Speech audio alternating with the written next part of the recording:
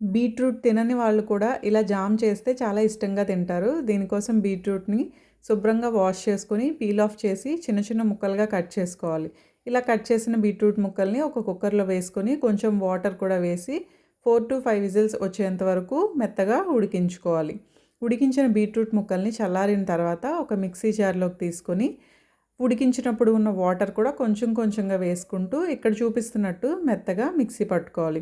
ఇప్పుడు stove on చేసి కళాయి పెట్టి ఈ బీట్రూట్ ప్యూరీ కూడా వేసుకొని, మీ టేస్ట్‌కి సరిపడినంత బెల్లం పౌడర్ కూడా యాడ్ చేసుకొని, మీడియం ఫ్లేమ్‌లోనే కలుపుతూ మెల్లగా కుక్ చేసుకోవాలి. స్పూన్‌తో జామ్ తీసినప్పుడు అది ఈజీగా పడిపోకుండా ఉండేంత వరకు వచ్చేలా కన్సిస్టెన్సీ చూసుకొని స్టవ్ ఆఫ్ చేసి బాగా చల్లార్చిన తర్వాత కొంచెం నిమ్మరసం అలాగే ఇలాచీ పౌడర్ కూడా వేసుకొని బాగా మిక్స్ చేసుకోవాలి. ఇలాచీ పౌడర్ అనేది ఆప్షనల్.